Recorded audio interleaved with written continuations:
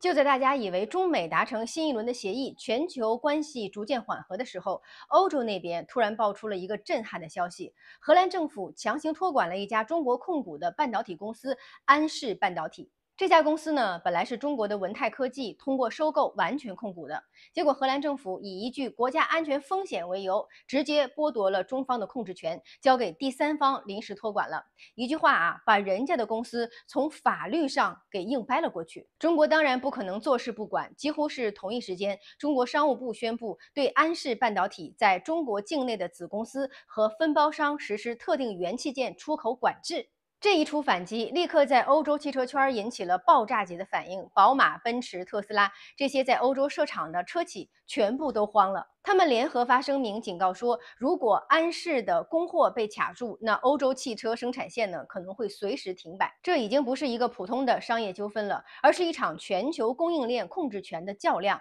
今天呢，我们就来看一看荷兰为什么突然出手，中国为什么能反制，这背后到底是一场怎样的产业博弈？而这件事儿对我们投资者来说又意味着什么？让我们先把事情从头捋一遍啊。2025年10月初，荷兰政府宣布对安氏半导体启动紧急干预，理由表面上听起来非常的冠冕堂皇，公司治理缺陷影响国家安全。但是从结果看呢，就是直接剥夺了中国股东的控制权。荷兰法院接连下了几道命令：第一，暂停文泰科技创始人在安氏半导体的所有管理职务；第二，把文泰香港公司持有的99%的股权交给一家临时托管机构；第三，任命独立的外籍董事进入管理层，接管公司的运营。这就意味着文泰虽然名义上仍然是大股东，但是在实际控制权上面呢，已经被掏空了。也就是说，你投入巨资收购、辛苦经营了5年的公司，今天突然不属于你了。安氏半导体原本是一家荷兰的老牌企业，2018年陷入了经营困境，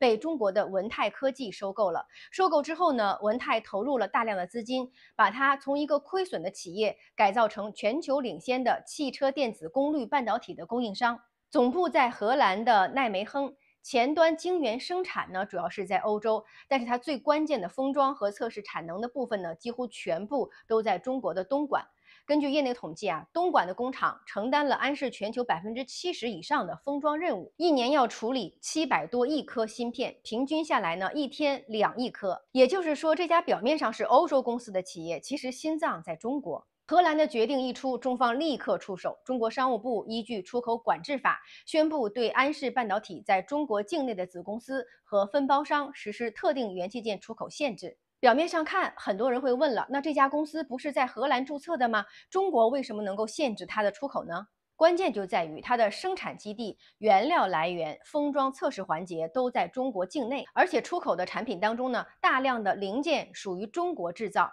根据法律啊，中国完全有权对这些商品进行管制。这个管制政策一出，欧洲的汽车产业立即炸锅了。安氏是全球汽车功率半导体市场的重要供应商，尤其是在电源管理啊、转向系统啊、车窗升降啊、电机控制等领域。你可以想象，一辆电动车要用几百上千颗芯片，哪怕少了一颗，那整条生产线都可能会停下来。所以短短几天之内，宝马呀、奔驰呀、特斯拉呀、斯泰兰蒂斯集团呀，全部都向荷兰政府施压，要求尽快和中方谈判。因为这不再是某家公司的纠纷了，而是整个欧洲汽车链的危机。这一连串动作的背后，其实暴露出一个更大的问题：在当今的全球化时代，企业的注册地已经不等于它的控制地了。荷兰以为接管股权就能够控制公司，却忽略了最关键的事实：产业链的命脉早已经在中国了。那么问题就来了，为什么荷兰要在这个时间点突然出手？在中美关系刚刚出现缓和迹象的背景之下，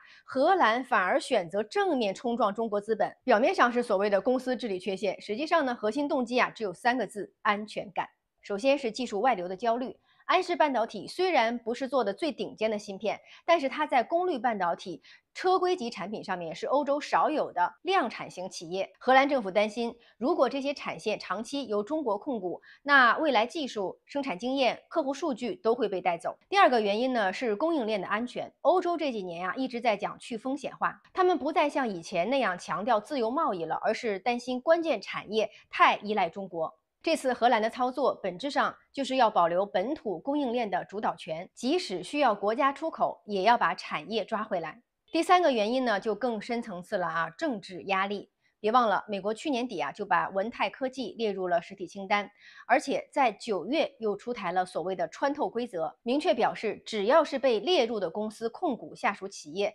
即使注册地不在中国，也一并纳入限制的范围。换句话说，美国早就在推这场棋了，荷兰呢只是配合他们出手的一颗棋子。其实荷兰这次的举动和2023年禁止阿斯麦对中国出口光刻机如出一辙，名义上是技术安全，实际上呢是政治站队。而不同的是，安氏事件触动的不再只是设备贸易了，而是企业的控制权和产业链的主导权。这就是为什么中方的反应会如此的迅速，因为这就是在告诉对方，你想拿走公司，那我们就拿走供应链。那中国为什么能迅速反制呢？答案就在于中国在产业链上握有实权。安氏的封装和测试基地在东莞、苏州、上海多地，生产线的核心原料、部分的设备、测试工序全部都来自中国国内。这些环节的产品啊，一旦被列入了出口管制，那欧洲那边的产线立刻就会断粮。而中国商务部引用的出口管制法本身就是为了这种战略反制而准备的。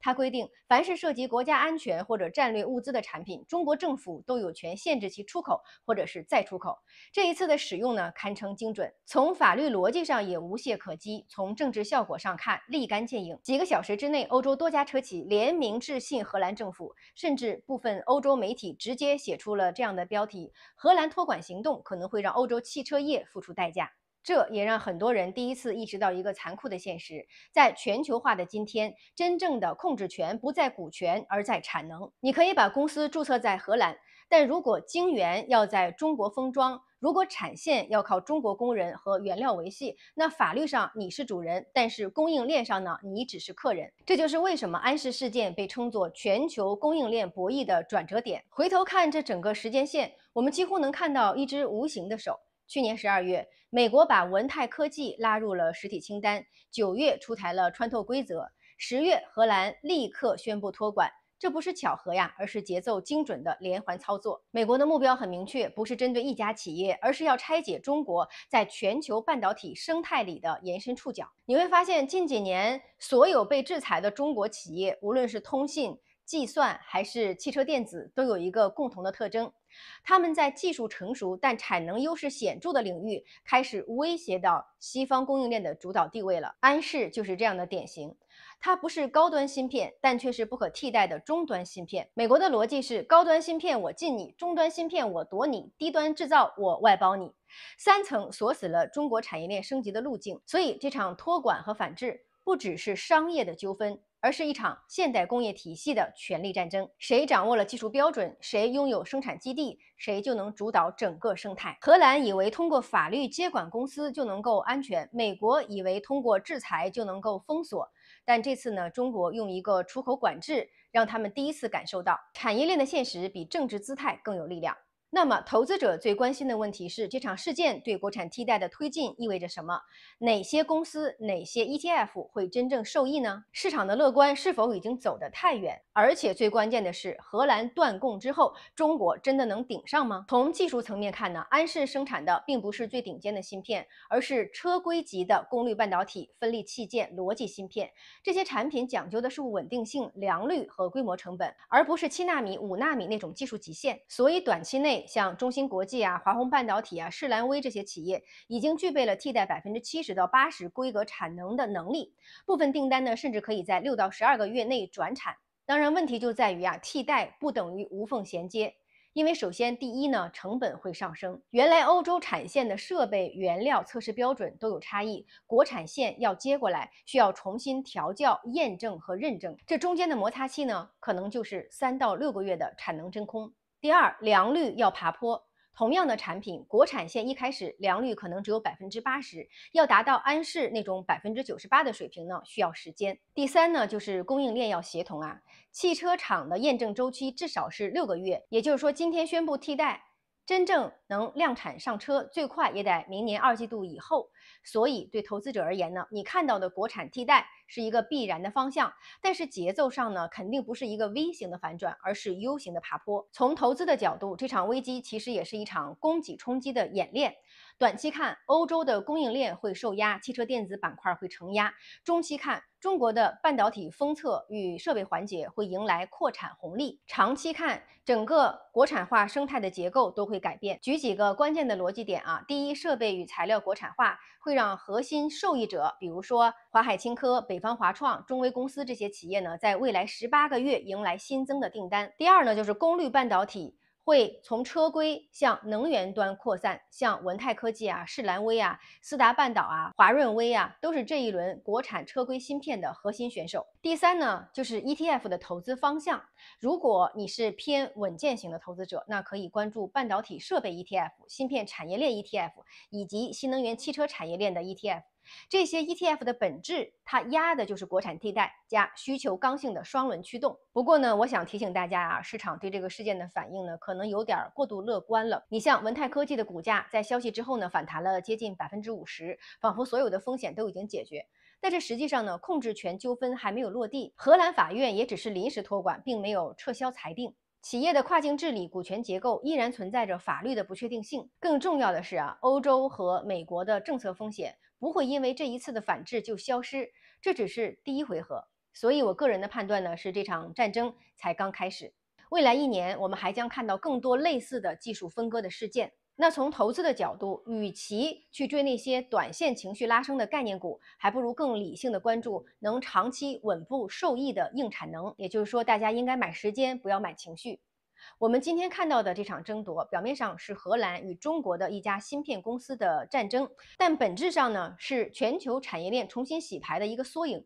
当年我们以为全球化的意思就是合作，但是现在我们发现，全球化更像是一场链条之间的博弈，谁掌握了产能，谁就有了话语权，谁能控制供应节奏，谁就制定规则。对于投资者来说呢，这背后传递的信号也很清晰了。未来的5到10年，真正的价值不在谁在风口上，而是在于那些能够穿越政治和周期的产业底盘。这不仅是半导体的故事，也将是新能源、通信、AI 硬件、精密制造的共同命题。控制权不再仅仅是法律上的股权了，而是产能、技术和生态的控制。那这场事件会如何落幕呢？或许很快我们会看到新一轮的谈判妥协，但是无论结果如何，它都让世界重新认识了中国制造的分量。